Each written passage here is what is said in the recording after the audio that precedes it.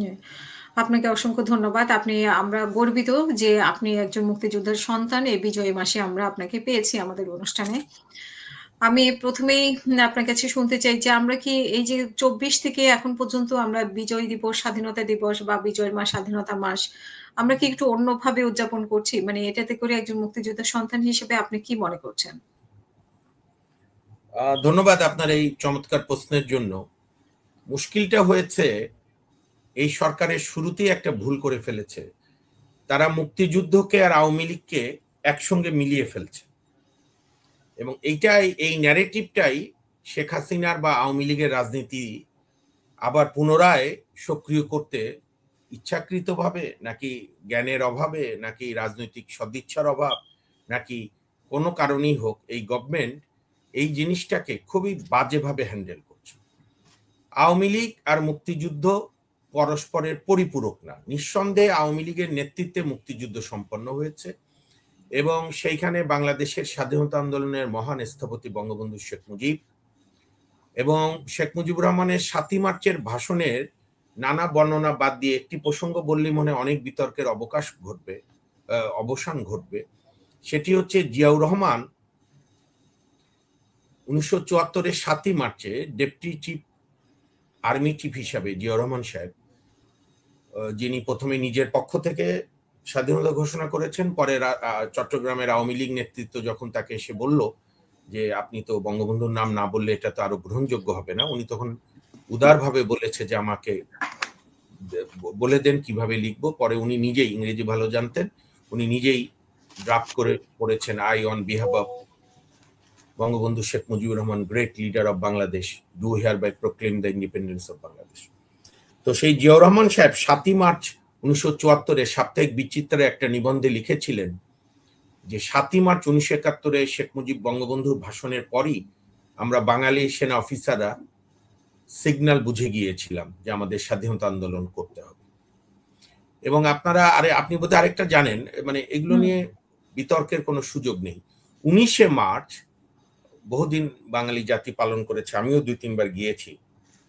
গাজীপুরে কিন্তু ১৯শে মার্চে তদানীন্তন পাক সেনাবাহিনী, গাজীপুরে জানেন যে আর্মির একটা ক্যান্টনমেন্ট আছে, তো সেই গাজীপুরে পাক সেনাবাহিনী বাঙালির উপর ঝাঁপিয়ে পড়ছিল এবং তারা অহেতুক ট্যাং নড়ানড়ি করছিল। তখন কিন্তু আমাদের যিনি পরে সেনাপ্রধান হয়েছিলেন স্বাধীনতা উত্তর, মেজর জেনারেল শফিউল্লাহ, তখন মেজর শফিউল্লাহ এবং জনগণের নেতৃত্বে এবং তদানীন্তন মুক্তিযুদ্ধের নেতৃত্বকারী দল আওয়ামী লীগের নেতৃত্ব সহ সেদিন কিন্তু জনপ্রতিরোধ গড়ার কারণে গাজীপুরের আর্মি কিন্তু ঢাকায় আসতে পারেনি বা গাজীপুরে গণহত্যা সংগঠিত করতে পারেনি। এবং সুতরাং আমাদের বিজয় দিবসকে নিয়ে ঢাক গুড়গুড় করার কোনো প্রয়োজন নেই।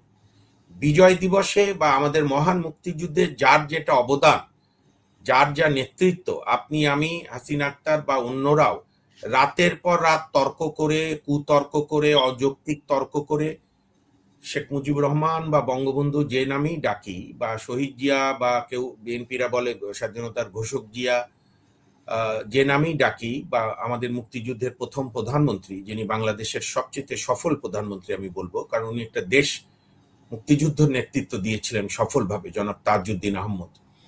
এবং আমাদের মুক্তিযুদ্ধের 11টা সেক্টর কমান্ডার, আরো শর্ট করে বললে 3 force, Z force, Ziaur Rahman, K force, Khaled Musharraf, S force, Shafiullah.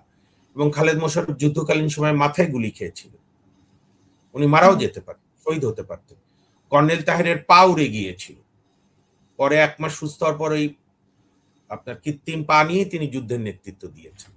Ziaur Rahman কামালপুরে যে যুদ্ধ করেছিল, সেই যুদ্ধের প্রশংসা করে মুজিবনগর সরকারের প্রধানমন্ত্রী তাজউদ্দিন আহমেদ লিখেছিলেন জিয়াউর রহমানকে একটা চিঠি, যে আপনার এই প্রতিরোধ লেনিনগ্রাদে ফ্যাসিস্ট হিটলার বাহিনীর প্রতিরোধের সঙ্গে আমি কম্পেয়ার করতে চাই, আপনি যে পাক হানাদার বাহিনীকে প্রতিরোধ করেছেন। এখন মুশকিল হলো যে শেখ হাসিনা মুক্তিযুদ্ধকে, বঙ্গবন্ধুকে তার পারিবারিককরণ করে তার সমস্ত, মানে সেজন্যই কি আসলে বিরক্তির কারণ কিনা, মানে এই সরকার যেটা সেইটার তো বিরক্তি আমাদেরও হয়েছিল।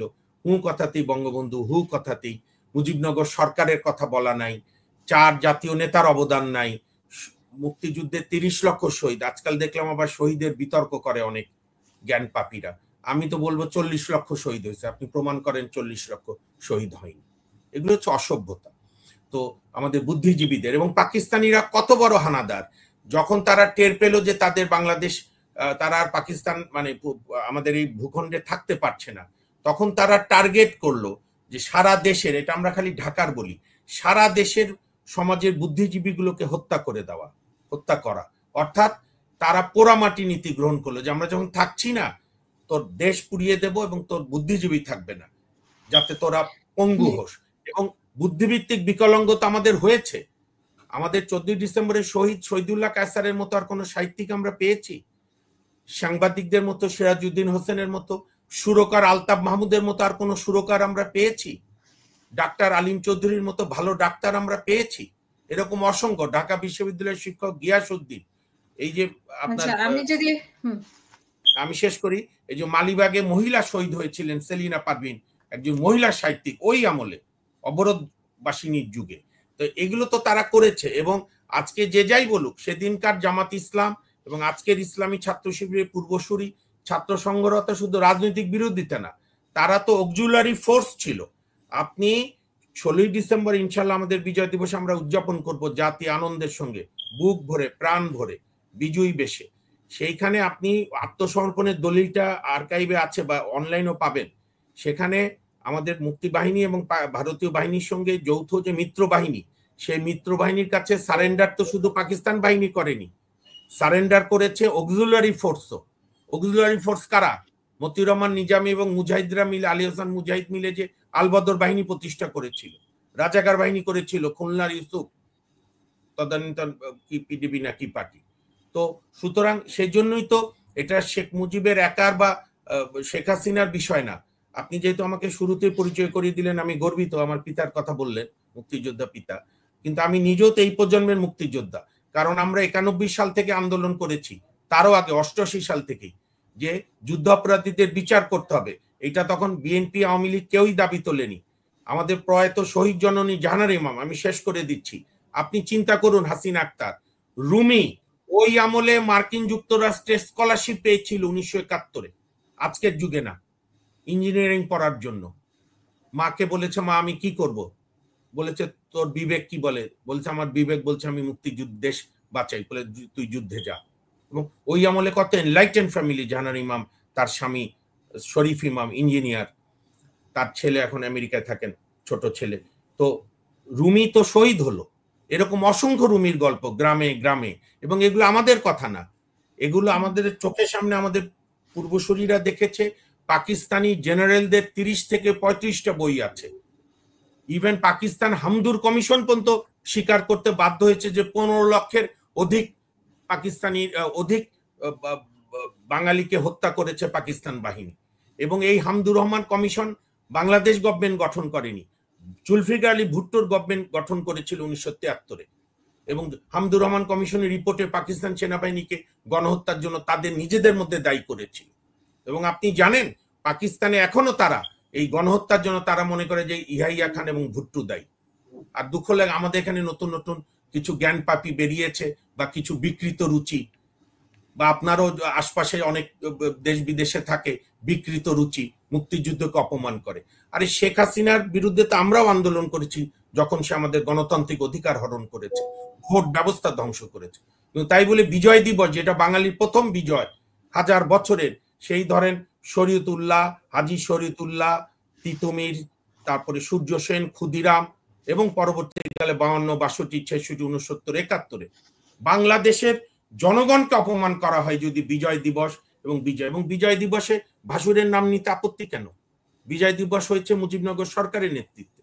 সেখানে জিয়াউর রহমান সাহেব জেড ফোর্সের কমান্ডার ছিল, খালেদ মোশাররফ এ ফোর্সের কমান্ডার ছিল, শফিউল্লাহ এস ফোর্সের কমান্ডার ছিল, মেজর জলিল, অন্যান্যরা সেক্টর কমান্ডার ছিল, কর্নেল তাহের সাহেব থেকে শুরু করে major general Osman Chowdhury, major general CR Dutta, আরো যারা আছেন, কর্নেল নুরুজ্জামান। এবং অর্থাৎ আমাদের মুক্তিযুদ্ধের রাজনৈতিক নেতৃত্বের অধীনে আমাদের বাঙালি সামরিক অফিসাররা মুক্তিযুদ্ধকে আরো ত্বরান্বিত করেছে, এবং যুদ্ধই হয়েছে বাংলাদেশে বাঙালি জাতির স্বাধীনতা বৈষম্যহীনতার জন্য। সেখানে শেখ হাসিনার নানা অপরাধ থাকতে পারে, তার সঙ্গে আপনি মুক্তিযুদ্ধকে অনেক ধন্যবাদ।